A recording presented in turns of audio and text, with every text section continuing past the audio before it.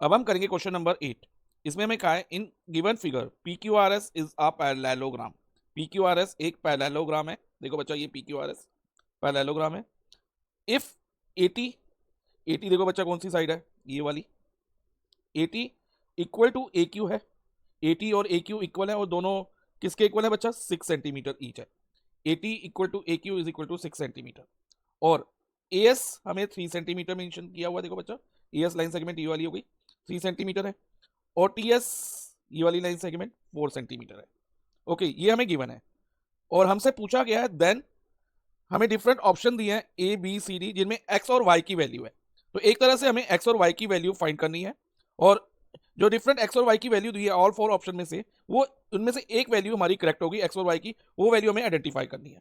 तो करते हैं इस क्वेश्चन को। तो देखो बच्चा, जो एक्स है ये एपी वाला पार्ट है, ये पार्ट है, और वाई कौन सा पार्ट है, ये कौन से ट्रायंगल का पार्ट है बच्चे, ए पी क्यू ट्रायंगल का, ये वाले ट्रायंगल का, इस ट्रायंगल का ही पार्ट है ना। Yes sir.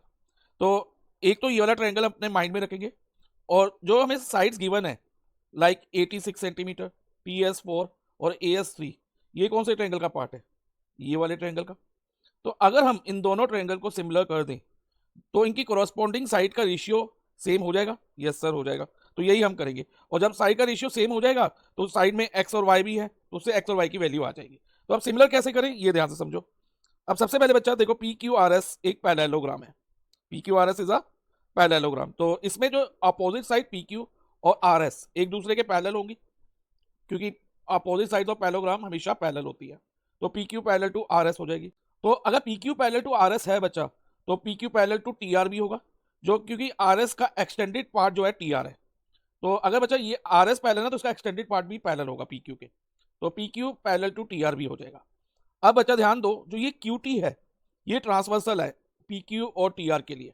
ओके, ध्यान दो, ये पी क्यू और टी आर के लिए क्यू टी क्या है, ट्रांसवर्सल है, जो कि पी क्यू को एट क्यू कट कर रही है और टी आर को टी पे कट कर रही है। तो ये वाला एंगल बच्चा जो है, ये वाला angle, angle T and angle Q, तो ये वाले जो दो एंगल होंगे, एंगल टी और क्यू इक्वल होंगे। क्यों होंगे, क्यों की बच्चा ये ऑल्टरनेट इंटीरियर है। ऑल्टरनेट इंटीरियर कैसे पहचानते हैं हम, वो बच्चा या तो जेड शेप में होते हैं लाइक दिस, कैसा भी जेड हो, ऐसा जेड हो, या फिर वो एन शेप में होते हैं, किसी भी तरह का एन हो, फ्लिप करके हो या इस तरह से हो, कैसे भी हो। ठीक है, तो एन या जेड बनाते हो।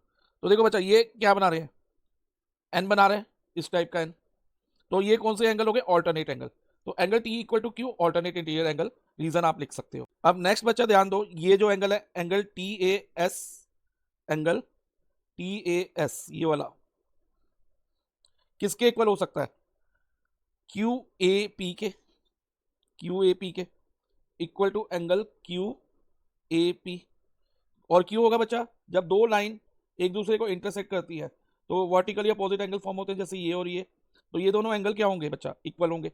Vertically opposite angles are equal, reason आप लिख लेना अगर 2 या 3 मार्क में आएगा तो अगर किसी दो ट्रायंगल के बच्चा 2 कॉरस्पॉन्डिंग एंगल्स इक्वल आ जाए तो दोनों ट्रायंगल क्या हो जाते हैं, सिमिलर। तो अब हम लिख सकते हैं कि triangle T A S similar to triangle क्या होगा, नेमिंग ध्यान से करना। देखो, टी के कॉरस्पॉन्डिंग क्यू आना चाहिए, क्योंकि जब हम साइड का रेशियो लेंगे वो सही से हमें देना होगा, तभी हमारी एक्स और वाई की वैल्यू करेक्ट आएगी। तो बच्चा टी के कॉरस्पॉन्डिंग कौन सी है, टी के कॉरस्पॉन्डिंग हम क्यू लेंगे, क्योंकि एंगल टी और क्यू इक्वल थे। तो ट्रायंगल क्यू और एंगल ए वर्टिक ए पे दो एंगल बन रहे थे, एक तो टी ए एस इस ट्रायंगल में और क्यू ए पी ये वाले ट्रायंगल में। तो ए जो वर्टेक्स है दोनों ट्रायंगल की कॉमन वर्टेक्स है, तो ए के कॉरस्पॉन्डिंग ए ही आएगा। और अब जो बचा ये वाला ट्रायंगल है क्यू ए पी की कौन सी वर्टेक्स बच गई, पी वाली, और पी जो है एस के कॉरस्पॉन्डिंग हो जाएगी। तो यानी कि triangle T A S similar to triangle Q A P हो गया बाय एक सिमिलरिटी। अब बच्चा ये दोनों ट्रायंगल सिमिलर हो गए, तो अब इनके साइड का रेशियो सेम रहेगा। तो देखो बच्चा, कौन कौन सी साइड है, like T A upon Q A, correspondence का ध्यान रखना। ये नेमिंग जो हमने करी है बच्चा भी ये क्रॉसपॉन्डेंस के अकॉर्डिंग ही करी है, तो हम इसी से ही नेमिंग लेंगे, टी ए अपॉन क्यू ए। ठीक है, अभी देखो फर्स्ट और सेकंड नंबर वाले वर्टेक्स लिए हमने दोनों की, T A upon Q A किसके इक्वल होगा बच्चा, next A S upon A P के, A S upon A P equal to, देखो बच्चा टी एस वाली side upon Q P, T S upon Q P. तो ये हम साइड के रेशियो इक्वल ले लेंगे, क्योंकि दोनों ट्रायंगल हमारे सिमिलर हैं। अब देखो बच्चा, अब हम वैल्यूज डाल देते हैं। देखो टी ए कितना है, 6, टी ए की जगह 6 लिख दो। क्यू ए क्यू ए कितना है बच्चा, देखो 6, क्यू ए भी 6 है तो इसकी जगह भी 6 लिख दो। ए एस कहाँ है, ये रहा 3 सेंटीमीटर है, तो ए एस की जगह हमने 3 लिख दिया। ए पी एक्स है, तो ए पी की जगह एक्स। अब टी एस कितना है बच्चा, 4 सेंटीमीटर अपॉन क्यू पी कितना है, वाई। तो ये हमारी इक्वेशंस बन गई। अब हमें एक्स और वाई की वैल्यू लेनी है, तो पहले हम इन दोनों इक्वेशन को इक्वेट करेंगे।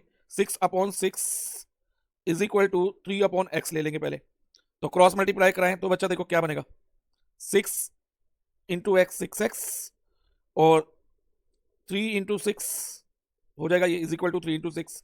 और x की वैल्यू क्या होगी बच्चा, 3 इंटू 6, क्योंकि इधर 6 इंटू एक्स था तो 6 मल्टीप्लाई से डिवाइजर में चला जाएगा तो यहाँ 6 आ जाएगा, तो x की वैल्यू हमारी 3 हो जाएगी। ओके बच्चा, तो x की 3 होगी। अब हमें y की निकालनी है, तो y की वैल्यू निकालने के लिए हम किसको इक्वेट कर सकते हैं, 4/y को 6/6 के इक्वल ले लेंगे, ठीक है, यानी कि 6/6 is equal to 4/y।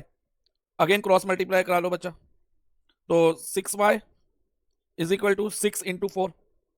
Okay बच्चा, और y की वैल्यू क्या होगी, 6 मल्टीप्लाई 4 अपॉन में 6, ये 6 और 6 कट जाएगा तो y हमारा 4 आ जाएगा, तो x हमारा 3 हो गया एंड y 4। और ये कौन सी ऑप्शन से मैच करता है, x 3 y 4, ऑप्शन डी। तो हमारा आंसर रहेगा option D. Please like and share the video and subscribe the channel.